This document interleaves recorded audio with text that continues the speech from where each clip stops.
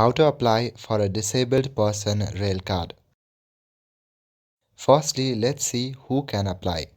You qualify if you receive one of these UK disability benefits or have certain impairments. First, personal independence payment.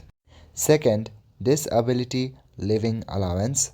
Third, attendance allowance, pension age disability payment, or severe disablement allowance.